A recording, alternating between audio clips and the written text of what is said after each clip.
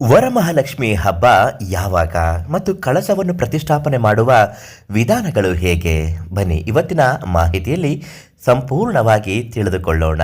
2026ರ ವರಮಹಾಲಕ್ಷ್ಮಿ ಹಬ್ಬವನ್ನು ಆಗಸ್ಟ್ 18 ಶುಕ್ರವಾರದಂದು ಆಚರಿಸಲಾಗುತ್ತದೆ.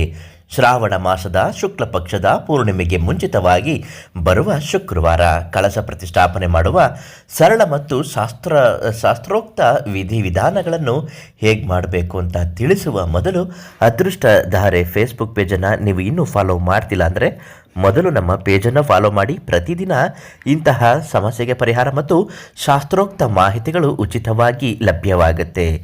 ಎಷ್ಟೋ ಜನರ ಕಷ್ಟಗಳನ್ನು ಬಗೆಹರಿಸುತ್ತಾ ಬಂದಿರುವವರು ಪ್ರಧಾನ ತಾಂತ್ರಿಕ ಕೀರ್ತಿ ಪ್ರಸಾದ್ ಗುರುಗಳು. ಅವರು ನಿಮ್ಮ ಪ್ರತಿಯೊಂದು ಸಮಸ್ಯೆಯನ್ನು ತುಂಬ ಚೆನ್ನಾಗಿ ಪರಿಹಾರವನ್ನು ಮಾಡುತ್ತಾರೆ. ಯಾವುದೇ ಸಮಸ್ಯೆ ಇದ್ದರೂ ಉಚಿತವಾಗಿ ಖಚಿತ ಭವಿಷ್ಯವನ್ನಾಗಿ ನುಡಿದು ತುಂಬ ಚೆನ್ನಾಗಿ ಹೇಳುತ್ತಾರೆ.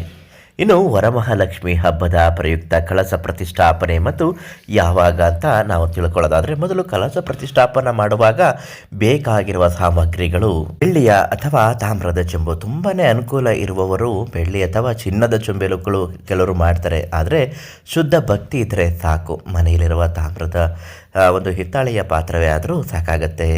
ಅಕ್ಕಿ, ನಾಣ್ಯಗಳು, ಅರಿಶಿಣ, ಕುಂಕುಮ, ಅಡಿಕೆ, ಒಣದ್ರಾಕ್ಷಿ, ಗೋಡಂಬಿ, ಮಾವಿನ ಎಲೆಗಳು ಅಥವಾ ವೀಳ್ಯದೆಯ ಎಲೆ ಬೇಕು. ತೆಂಗಿನಕಾಯಿ, ಸೀರೆ ಅಂದರೆ ವಸ್ತ್ರ, ಲಕ್ಷ್ಮಿ ಮುಖವಾಡ ಮತ್ತು ಹೂವುಗಳು. ಇದನ್ನು ಮಾಡುವಾಗ ಪೂಜಾ ಸ್ಥಳವನ್ನು ಸ್ವಚ್ಛವಾಗಿಡಿಸಿಕೊಂಡು ರಂಗೋಲಿಯನ್ನು ಹಾಕಬೇಕು. ಅದರ ಮೇಲೆ ಮಣೆಯ ಪೀಠವನ್ನು ಇಟ್ಟು ಅರಿಶಿಣ ಕುಂಕುಮದಿಂದ ಅಲಂಕರಿಸಿ ಮಣೆಯ ಮೇಲೆ ಸಣ್ಣ ತಟ್ಟೆಯಲ್ಲಿ ಅಕ್ಕಿಯನ್ನು ಹಾಕಿ ಹರಡಬೇಕು. ಅದಾದ ಮೇಲೆ ಕಳಸದ ಚೆಂಬನ್ನು ನೀಟಾಗಿ ಸ್ವಚ್ಛಗೊಳಿಸಿದ ನಂತರ ಹೊರಭಾಗದಲ್ಲಿ ಅರಿಶಿಣ ಹಚ್ಚಿ ಕುಂಕುಮದ ಬೊಟ್ಟನ್ನು ಇಡಬೇಕು. ಚೊಂಬಿನೊಳಗಡೆ ನೀರನ್ನು ತುಂಬಿ ಅದಕ್ಕೆ ಸ್ವಲ್ಪ ಗಂಗಾಜಲ, ಅರಿಶಿಣ, ಕುಂಕುಮ, ನಾಣ್ಯ, ಅಡಿಕೆ, ಅಕ್ಷತೆ ಮತ್ತು ಲಕ್ಕಿ ಲವಂಗವನ್ನು ಹಾಕಬೇಕು. ಆ ಚೆಂಬಿನ ಸುತ್ತಲೂ ಭಾಗದಲ್ಲಿ 5, 7 ಅಥವಾ 9 ಮಾವಿನ ಎಲೆಗಳ ತುದಿಯನ್ನು ಮೇಲ್ಮುಖವಾಗಿ ಬರುವ ಹಾಗೆ ವೃತ್ತಾಕಾರವಾಗಿ ಜೋಡಿಸಿಕೊಳ್ಳಬೇಕು. ತೆಂಗಿನಕಾಯಿಗೆ ಅರಿಶಿಣ ಹಚ್ಚಿ ಕುಂಕುಮದ ಬೊಟ್ಟನ್ನು ಎಲೆಗಳ ಮಧ್ಯದಲ್ಲಿ ಸ್ಥಾಪಿಸಬೇಕು. ತೆಂಗಿನಕಾಯಿಗೆ ಲಕ್ಷ್ಮೀ ದೇವಿಯ ಮುಖವಾಡವನ್ನು ಬಿಗಿಯಾಗಿ ಕಟ್ಟಬೇಕು.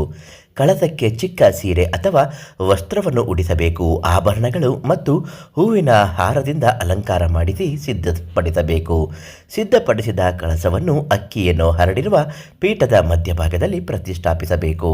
ಅದಾದ ಮೇಲೆ ಈ ಒಂದು ಮಂತ್ರವನ್ನು ಹೇಳಬೇಕು. ಪ್ರಾಣ ಪ್ರತಿಷ್ಠಾಪನೆ ಮಂತ್ರ ಈ ರೀತಿ ಇದೆ: ಓಂ ಮಹಾಲಕ್ಷ್ಮಿಯೈ ನಮಃ ಎಂದು ಜಪಿಸುತ್ತಾ ಕಳಸಕ್ಕೆ ಅಕ್ಷತೆ, ಹೂವುಗಳನ್ನು ಅರ್ಪಿಸಬೇಕಾಗುತ್ತದೆ.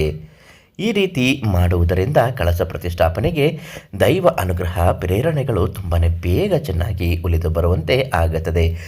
ಈ ಕಳಸ ಪ್ರತಿಷ್ಠಾಪನೆ ಮಾಡುವ ಕೆಲವು ನಿರ್ದಿಷ್ಟ ಸಮಯಗಳನ್ನು ನಿಗದಿತವಾಗಿ ನಿಮ್ಮ ಜನ್ಮ ದಿನಾಂಕದ ಆಧಾರದ ಮೇಲೆ ಪ್ರಧಾನ ತಾಂತ್ರಿಕ ಕೀರ್ತಿ ಪ್ರಸಾದ್ ಗುರುಗಳಿಗೆ ಕರೆ ಮಾಡಿ ಮತ್ತು ಸಮಯವನ್ನು ನಿಗದಿಪಡಿಸಿಕೊಳ್ಳಿ. ತುಂಬ ಚೆನ್ನಾಗಿ ದುಡ್ಡು ಕೊಡಬೇಡಿ, ಉಚಿತವಾಗಿಯೇ ಶಾಸ್ತ್ರಬದ್ಧ ಕ್ರಮಬದ್ಧವಾಗಿ ಹೇಳಿಕೊಡುತ್ತಾರೆ. ಹಾಗೆ ಮಾಡಿ ನೀವು ಮಾಡಿದ ಪೂಜಾ ಫಲಗಳು ವ್ಯರ್ಥವಾಗುವುದಿಲ್ಲ. ಸಾಕ್ಷಾತ್ಕಾರದಿಂದ, ದೈವ ಅನುಗ್ರಹದಿಂದ ತುಂಬ ಚೆನ್ನಾಗಿ ಇರುತ್ತದೆ.